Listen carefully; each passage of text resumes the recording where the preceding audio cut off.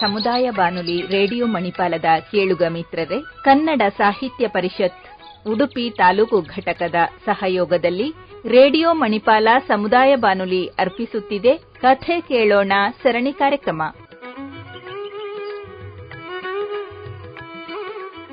ಕೇಳುಗರೆ, ಇಂದು ಕಥಾವಾಚನ ಮಾಡಲಿರುವವರು ಸಾಹಿತ್ಯಾಸಕ್ತರಾಗಿರುವ ಅಮಿತಾಂಜಲಿ ಉಡುಪಿ. ಕೇಳುಗರಿಗೆ ನಮಸ್ಕಾರ. ಈಗ ನನ್ನ ಬಸಿರು ಕಥಾ ಸಂಕಲನದಿಂದ ಆಯ್ದ ಕತೆ ಅರ್ಚಕರ ಮಗ ನಿಮ್ಮ ಮುಂದೆ. ಊರ ಬಯಲಾಚೆ ನದಿ ದಡದಲ್ಲೊಂದು ಹಳೆಯ ದೇವಾಲಯ. ಎಷ್ಟು ಸಾವಿರ ವರ್ಷಗಳ ಹಿಂದಿನದೋ ಯಾರಿಗೂ ತಿಳಿಯದು. ಸುತ್ತಮುತ್ತ ಯಾರೂ ಸುಳಿದಾಡದೆ ವರುಷಗಳೇ ಕಳೆದುವೇನೋ ಎಂದುಕೊಳ್ಳುವಷ್ಟು ಗಿಡಗಂಟೆಗಳು ಬೆಳೆದಿದ್ದವು. ಆದರೂ ಅಲ್ಲಿ ನಿತ್ಯವೂ ಪೂಜೆ ನಡೆಯುತ್ತಿತ್ತು. ಚಿನ್ನು ಭಟ್ಟರಿಗೆ ದೇವರ ಪೂಜೆಯ ಕೈಂಕರ್ಯ ಪಿತ್ರಾರ್ಜಿತವಾಗಿ ಬಂದದ್ದೋ, ಯಾರಾದರೂ ವಹಿಸಿಕೊಟ್ಟದ್ದೋ, ಅಥವಾ ಅವರು ತಾವಾಗಿಯೇ ವಹಿಸಿಕೊಂಡದ್ದೋ ಯಾರಿಗೂ ಗೊತ್ತಿಲ್ಲ. ಈ ಬಗ್ಗೆ ಯಾರೂ ಅವರನ್ನು ಪ್ರಶ್ನಿಸಿರಲಿಲ್ಲ. ಅದರ ಅಗತ್ಯವೂ ಬಿದ್ದಿರಲಿಲ್ಲ. ದೇವಸ್ಥಾನದಲ್ಲಿ ವರ್ಷಕ್ಕೊಂದಾವರ್ತಿ ಜಾತ್ರೆ ನಡೆಯದಿದ್ದರೂ ದಿನಂಪ್ರತಿ ಅಭಿಷೇಕ, ನೈವೇದ್ಯ, ಪೂಜೆಗಳು ನಡೆಯುತ್ತಿದ್ದವು. ದೇವರಿಗೆ ಪೂಜೆ ನಡೆಯುವ ವಿಷಯದಲ್ಲಿ ಯಾರೂ ಯಾವತ್ತೂ ಯಾವ ವಿಷಯದಲ್ಲೂ ಆಕ್ಷೇಪಿಸಿರಲಿಲ್ಲ. ಚಿನ್ನು ಭಟ್ಟರ ವ್ಯಕ್ತಿತ್ವ ಅಂಥದ್ದು. ವಾಸ್ತವದಲ್ಲಿ ಅವರ ನಿಜ ಹೆಸರೂ ಯಾರಿಗೂ ಗೊತ್ತಿರಲಿಲ್ಲ. ಭಟ್ಟರು ಚಿನ್ನದಂತಹ ವ್ಯಕ್ತಿ ಎಂದೇ ಚಿನ್ನ ಭಟ್ಟರು ಎಂದು ಕರೆದು ಬೇರೆ ಬೇರೆ ರೂಪು ಪಡೆದು ಅಂತಿಮವಾಗಿ ಅದು ಚಿನ್ನು ಭಟ್ಟರೆಂದಾಗಿತ್ತು.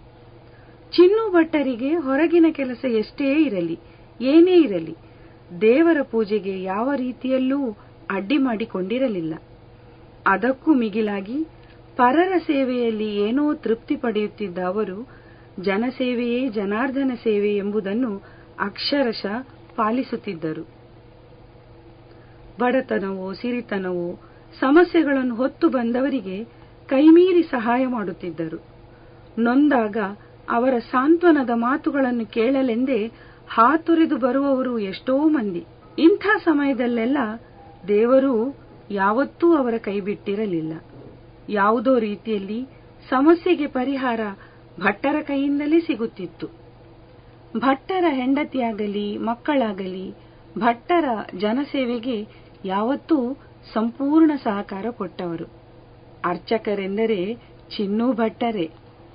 ಹಾಗೆಂದೇ ಅರ್ಚಕರ ಮನೆ, ಅರ್ಚಕರ ಮನೆಗೆ ಹೋಗುವ ದಾರಿ, ಅರ್ಚಕರ ಹೆಂಡತಿ, ಅರ್ಚಕರ ಮಗ, ಅರ್ಚಕರ ಬಾವಿ ಎಲ್ಲರೂ ತಮ್ಮ ತಮ್ಮ ಹೆಸರುಗಳ ಜೊತೆಗೆ ಅರ್ಚಕರ ಎಂಬ ತಲೆಬರಹವನ್ನು ಹೊಂದಿದ್ದರು. ಆ ತಲೆಬರಹವನ್ನು ಹೊಂದಿದ್ದ ಯಾವನೇ ಆದರೂ ಅಥವಾ ಏನೇ ಆದರೂ ಅದಕ್ಕೆ ಎಲ್ಲೆಡೆ ಮಣೆ ಅಥವಾ ಮನ್ನಣೆ ಸಿಗುತ್ತಿತ್ತು. ಅರ್ಚಕರು ಪ್ರಾಯಮಾಗುತ್ತಾ ಬಂದಾಗ ಮಗ ದೊಡ್ಡವನಾಗುತ್ತಾ ಬಂದ. ಬೆಳೆಯುತ್ತಾ ಬಂದಂತೆ ಅಪ್ಪನ ಒಳ್ಳೆಯತನ ಇಷ್ಟಪಡುತ್ತಲೇ ಬೆಳೆದವನಾದರೂ ಅರ್ಚಕರ ಮಗನೆಂಬ ಹಣೆಪಟ್ಟಿ ಯಾಕೋ ಬೇಡವೆನಿಸುತ್ತಿತ್ತು. ಅರ್ಚಕರ ಎಲ್ಲಾ ಒಳ್ಳೆಯ ಗುಣಗಳ ಜೊತೆಗೆ ಸ್ವಾಭಿಮಾನವನ್ನೂ ಮೈಗೂಡಿಸಿಕೊಂಡಿದ್ದರಿಂದಲೋ ಏನೋ ನಾನೆಂಬ ಅಸ್ತಿತ್ವ ನನಗಿಲ್ಲವೇ, ಅರ್ಚಕರ ಮಗನೆಂಬ ಹಣೆಪಟ್ಟಿ ನನಗ್ಯಾಕೆ ಎಂಬ ಭಾವನೆ.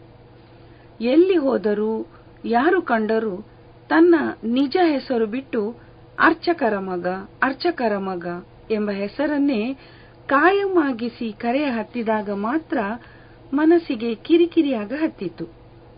ಎಲ್ಲಿಯವರೆಗೆಂದರೆ ಬರಿದೆ ಆ ಕಾರಣಕ್ಕಾಗಿಯೇ ತಾನು ಅಪ್ಪನನ್ನು ದ್ವೇಷಿಸಲು ಶುರು ಮಾಡುತ್ತೇನೇನೋ ಎಂಬಷ್ಟರ ಮಟ್ಟಿಗೆ ಆ ಹಣೆಪಟ್ಟಿಯನ್ನವನು ದ್ವೇಷಿಸಲಾರಂಭಿಸಿದ. ಆತ ಬುದ್ಧಿವಂತನೇ, ಪ್ರತಿಭಾವಂತನೇ. ಆದರೂ ಕಾಲೇಜು ಸೇರಲು ಹೋದಾಗ ಪ್ರಾಂಶುಪಾಲರು ಅರ್ಚಕರ ಮಗನನ್ನು ಸೇರಿಸಿಕೊಳ್ಳಲು ಆಗುವುದಿಲ್ಲ ಎನ್ನಲಾಗುತ್ತದೆಯೇ ಎಂದಾಗ ಭರ್ಜಿಯಿಂದ ಚುಚ್ಚಿದಂತಾಗಿತ್ತು.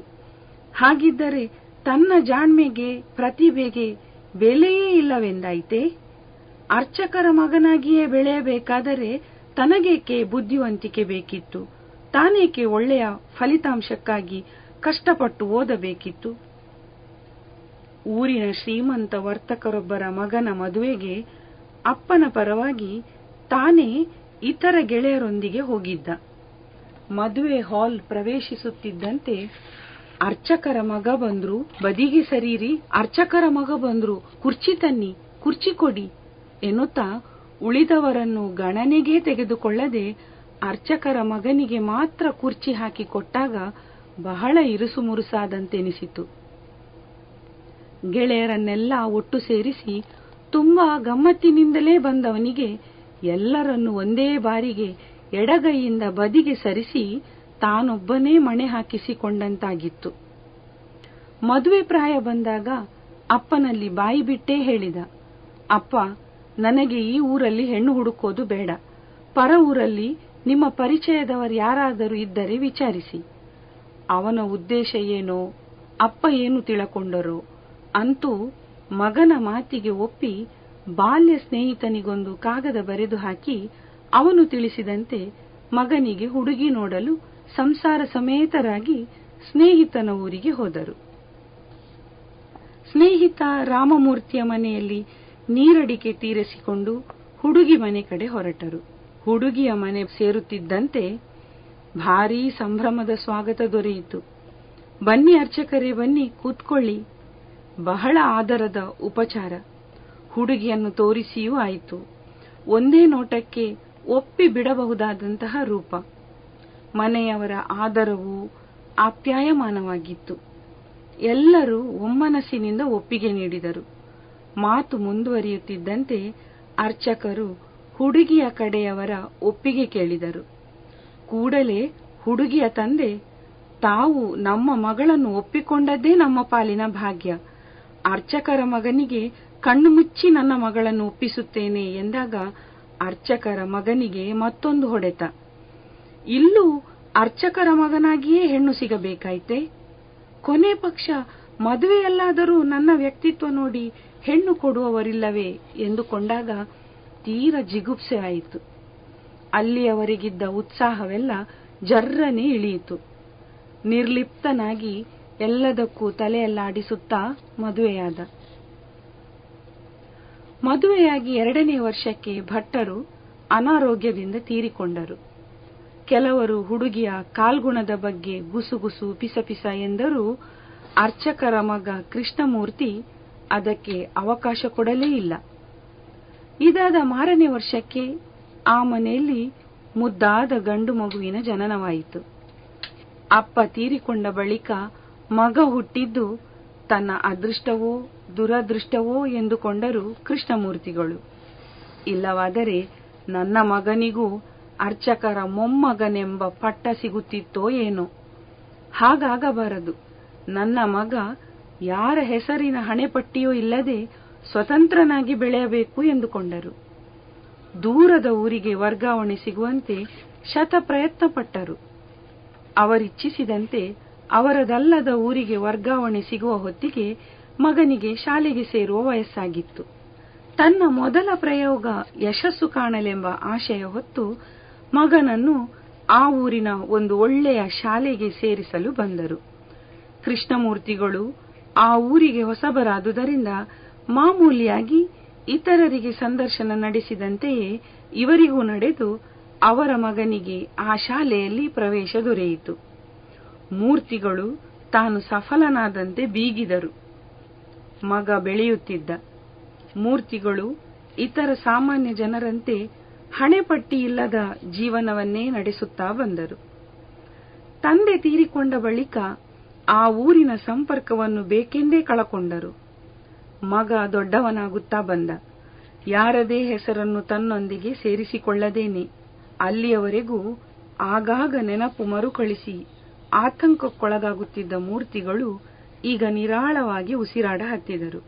ಪಿಯುಸಿ ಮುಗಿಯುತ್ತಿದ್ದಂತೆ ಮುಂದಿನ ವಿದ್ಯಾಭ್ಯಾಸಕ್ಕಾಗಿ ಮಗನನ್ನು ಮತ್ತೆ ದೂರದ ಊರಿಗೆ ಕಳಿಸಬೇಕಾಗಿ ಬಂತು. ಮೂರ್ತಿಗಳು ಸ್ವತಃ ಮಗನೊಂದಿಗೆ ಹೋಗಿ ಹಾಸ್ಟೆಲ್ಗೆ ಸೇರಿಸಿ ಬಂದರು.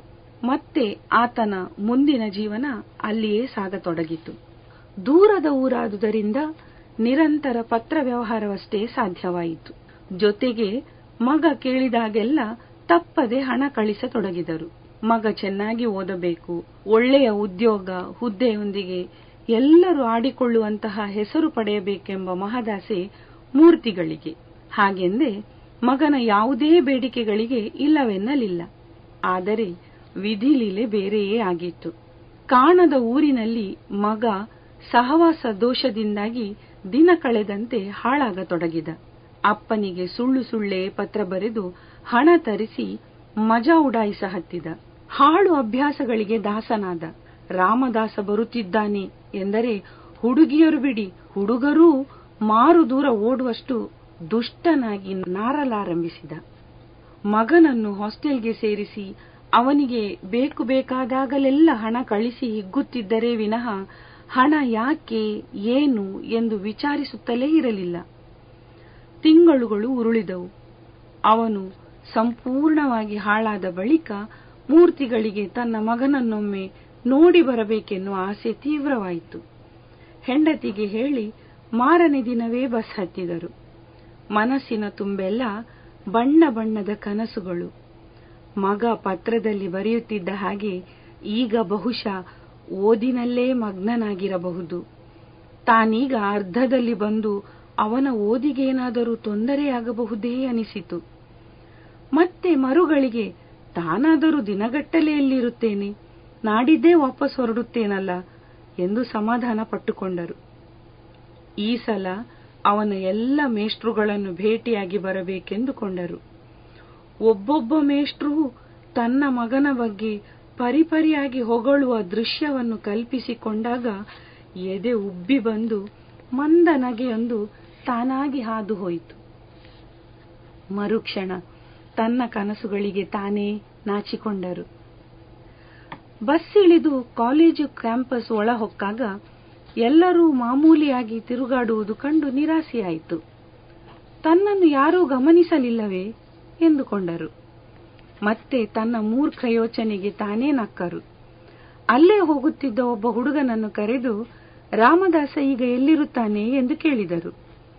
ಆ ಹುಡುಗ ಏನೂ ಅರ್ಥವಾಗದವನಂತೆ ಅಥವಾ ಏನೇನೋ ಅರ್ಥೈಸಿಕೊಂಡವನಂತೆ ಮಿಕಿ ಮಿಕಿ ನೋಡಿ ಏನೂ ಆಡದೆ ಅಲ್ಲಿಂದ ಹೋದಾಗ ಮೂರ್ತಿಯವರಿಗೆ ಕಸಿವಿಸಿಯಾಯಿತು. ಯಾರಲ್ಲೂ ಏನನ್ನೂ ಕೇಳುವ ಗೋಜಿಗೆ ಹೋಗದೆ ಪ್ರಿನ್ಸಿಪಾಲರ ಕೊಠಡಿ ಯಾವುದೆಂದು ವಿಚಾರಿಸಿ ನೇರ ಅಲ್ಲಿಗೆ ಹೊರಟರು. ಅಷ್ಟರಲ್ಲಾಗಲೇ ಇವರು ರಾಮದಾಸನ ತಂದೆ ಎಂಬುದು ಹುಡುಗರಿಗೆ ಹೇಗೋ ತಿಳಿದು ಹೋಗಿತ್ತು. ಕೆಲವರು ಅವರನ್ನು ವಿಚಿತ್ರವಾಗಿ ನೋಡುತ್ತಾ ಹೋದರೆ ಇನ್ನು ಕೆಲವು ಹುಡುಗರು ನೇರವಾಗಿಯೇ ಹಂಗಿಸಿ ನಗುತ್ತಾ ಹೋದರು. ಮೂರ್ತಿಗಳಿಗೆ ಏನೂ ಅರ್ಥವಾಗಲಿಲ್ಲ. ಅರ್ಥವಾಗುವ ಸ್ಥಿತಿಯಲ್ಲೂ ಅವರಿರಲಿಲ್ಲ. ಅವರ ಭಾವನಾ ಲೋಕದಲ್ಲಿ ಬೇರೇನೇನೋ ದೃಶ್ಯಗಳಿದ್ದವು. ಪ್ರಿನ್ಸಿಪಾಲರ ಕೊಠಡಿ ಹೊಕ್ಕವರೇ ತನ್ನ ಕಲ್ಪನಾ ಲೋಕದಲ್ಲಿ ತನ್ನಿರವನ್ನೇ ಮರೆತು ಸಭ್ಯತೆ ಮೀರಿ ತಾನೇ ಕುಳಿತುಕೊಂಡು ತನ್ನ ಪರಿಚಯ ಹೇಳಿಕೊಂಡರು. ಕೂಡಲೇ ಪ್ರಿನ್ಸಿಪಾಲರ ಮುಖ ಕಹಿಯಾಯಿತು. ಎಂತಹ ಮಗನಿಗೆ ಜನ್ಮ ಕೊಟ್ಟ ನತದೃಷ್ಟ ತಂದೇರಿ ನೀವು? ಕಾಲೇಜಿಗೆ ಸೇರಿಸಿದ ಮೇಲೆ ಮಗನ ಬಗ್ಗೆ ಒಮ್ಮೆಯಾದರೂ ವಿಚಾರಿಸಬೇಡವೇ? ನಮ್ಮಿಂದಂತೂ ಇನ್ನೂ ಸಾಧ್ಯವೇ ಇಲ್ಲ. ದಯವಿಟ್ಟು ಅವನನ್ನು ಕರೆದೊಯ್ದು ಬೇರೆ ಯಾವುದಾದರೂ ಕಾಲೇಜಿಗೆ ಸೇರಿಸಿ. ನಾಳೆಯೇ ಬನ್ನಿ, ಎಲ್ಲಾ ವ್ಯವಸ್ಥೆ ಮಾಡಿಡುತ್ತೇನೆ ಎಂದಾಗ ಮೂರ್ತಿಗಳಿಗೆ ಹೃದಯಾಘಾತವಾಗುವುದೊಂದು ಬಾಕಿ. ಯಾವುದು ಏನೂ ಅರ್ಥವಾಗದೆ ಮೂಕರಾಗಿ ಕುಳಿತರು. ಎಷ್ಟು ಹೊತ್ತು ಕೂತಿದ್ದರು. ಮತ್ತೆ ಪ್ರಿನ್ಸಿಪಾಲರೇ, ನೋಡಿ ಸ್ವಾಮಿ, ಅಂತಹ ಮಕ್ಕಳನ್ನು ಪಡೆದ ತಂದೆ ತಾಯಿಯರ ಮನಸ್ಸಿಗೆ ನೋವಾಗುವುದು ಸಹಜ. ಆದರೆ ನಾವೇನೂ ಮಾಡುವಂತಿಲ್ಲ. ಉಳಿದ ಮಕ್ಕಳ ಹೆತ್ತವರು ಬಾರಿ ಬಾರಿ ಬಂದು ಅವನನ್ನು ಇಲ್ಲಿಂದ ಕಳಿಸುವಂತೆ ಒತ್ತಾಯ ಮಾಡುತ್ತಿದ್ದಾರೆ. ಅವನ ವರ್ತನೆ ಹದ್ದು ಮೀರುತ್ತಿದೆ. ಇನ್ನು ಅವನನ್ನು ಸರಿಪಡಿಸುವಂತೆಯೂ ಇಲ್ಲ. ಆ ವಯಸ್ಸನ್ನೂ ಮೀರಿ ಹೋಗಿದ್ದಾನೆ. ದಯವಿಟ್ಟು ಮನಸ್ಸಿಗೆ ಏನನ್ನೂ ಹಚ್ಚಿಕೊಳ್ಳದೆ ಅವನನ್ನೊಮ್ಮೆ ಇಲ್ಲಿಂದ ಬಿಡಿಸಿಕೊಳ್ಳಿ ಎಂದಾಗ ನಿಧಾನವಾಗಿ ಕುರ್ಚಿಯಿಂದೆದ್ದರು. ಬರುವಾಗ ಗಾಳಿ ತುಂಬಿದ ಬಲೂನಿನಂತೆ ತೇಲುತ್ತಿದ್ದ ದೇಹ ಎಷ್ಟು ಹಗುರ ಎನಿಸಿತ್ತೋ ಈಗ ಟಪ್ಪೆಂದು ಒಡೆದ ಬಲೂನಿನಂತೆ ಭಾರವೆನಿಸಿ ಅಲ್ಲೇ ಕುಸಿದು ಬೀಳುವಂತಾಯಿತು. ಕಾಲೆಳೆಯುತ್ತಾ ಹೊರಬಂದಾಗ ರಾಮದಾಸನ ತಂದೆಯಂತೆ, ಅಲ್ನೋಡ್ರೋ ರಾಮದಾಸನ ತಂದೆಯಂತೆ, ಅವನು ನೋಡೋಕೆ ಇವರ ತರಾನೇ ಅಲ್ವಾ? ಇಲ್ಲಪ್ಪ, ಇವರನ್ನು ನೋಡಿದ್ರೆ ಅವನು ಇವರ ಮಗ ಅನಿಸುತ್ತಾ? ಇವರು ರಾಮದಾಸನ ತಂದೆ ಅನಿಸೋದೇ ಇಲ್ಲ. ಮೂರ್ತಿಗಳಿಗೆ ಗಟ್ಟಿಯಾಗಿ ಕಿರುಚಿ ಕಿವಿಗಳೆರಡನ್ನೂ ಮುಚ್ಚಿಕೊಳ್ಳಬೇಕೆನಿಸಿತು. ಗೋಜಲು ಗೋಜಲಾಗಿ ಯೋಚನೆಗಳು ತನ್ನ ಸುತ್ತಲಾರಂಭಿಸಿದಾಗ ಮೂರ್ತಿಗಳು ಅಲ್ಲಿಂದ ಹಲವಾರು ವರ್ಷಗಳ ಹಿಂದೆ ಜಾರಿದರು. ನನ್ನ ತಂದೆಗೆ ನಾನು ಎಂತಹ ಮಗನಾಗಿದ್ದೆ. ಅಪ್ಪ ನನ್ನ ಬಗ್ಗೆ ಎಷ್ಟೊಂದು ಹೆಮ್ಮೆ ಪಡುತ್ತಿದ್ದರು. ಆದರೆ ನಾನು ಮಾತ್ರ ಬರಿದೆ ಆ ಅರ್ಚಕರ ಮಗನೆಂಬ ಹಣೆಪಟ್ಟಿಯನ್ನು ಎಷ್ಟೊಂದು ದ್ವೇಷಿಸುತ್ತಿದ್ದೆ. ಅದಕ್ಕೆಂದೇ ಆ ಊರನ್ನೂ ಬಿಟ್ಟು ಬಂದೆ. ಆದರೀಗ ದುಃಖ ಉಮ್ಮಳಿಸಿ ಬಂತು. ರಾಮದಾಸನ ತಂದೆ ಎಂಬ ಕರ್ಕಶ ಧ್ವನಿಗಿಂತಲೂ ಅರ್ಚಕರ ಮಗ ಎಂಬ ಸ್ವರ ಕಿವಿಯಲ್ಲಿ ಗುಂಜರಿಸಿತು. ಯಾಕೋ ಆ ಶಬ್ದ ಬಹಳಷ್ಟು ಆಪ್ಯಾಯಮಾನವೆನಿಸಿತು. ಮತ್ತೆ ಮತ್ತೆ ಅರ್ಚಕರ ಮಗ ಕೃಷ್ಣಮೂರ್ತಿ ಅರ್ಚಕರ ತುಟಿ ತೆರೆದು ತನ್ನಲ್ಲೇ ಹೇಳಿಕೊಳ್ಳುತ್ತಾ ವಾಪಸ್ ಬರತೊಡಗಿದರು ಮೂರ್ತಿಗಳು. ಸಹೃದಯಿ ಕೇಳುಗರೆ, ಇದುವರೆಗೆ ಸಾಹಿತ್ಯಾಸಕ್ತರಾಗಿರುವ ಅಮಿತಾಂಜಲಿ ಉಡುಪಿ ಅವರಿಂದ ಸ್ವರಚಿತ ಕಥೆಯನ್ನು ಕೇಳಿದಿರಿ. ಕನ್ನಡ ಸಾಹಿತ್ಯ ಪರಿಷತ್ ಉಡುಪಿ ತಾಲೂಕು ಘಟಕದ ಸಹಯೋಗದಲ್ಲಿ ರೇಡಿಯೋ ಮಣಿಪಾಲ ಅರ್ಪಿಸುತ್ತಿರುವ ಕಥೆ ಕೇಳೋಣ ಸರಣಿ ಕಾರ್ಯಕ್ರಮ ಇಲ್ಲಿಗೆ ಮುಕ್ತಾಯವಾಯಿತು. ಮುಂದಿನ ಕಥೆ ಕೇಳಲು ಮತ್ತೆ ಭೇಟಿಯಾಗೋಣ.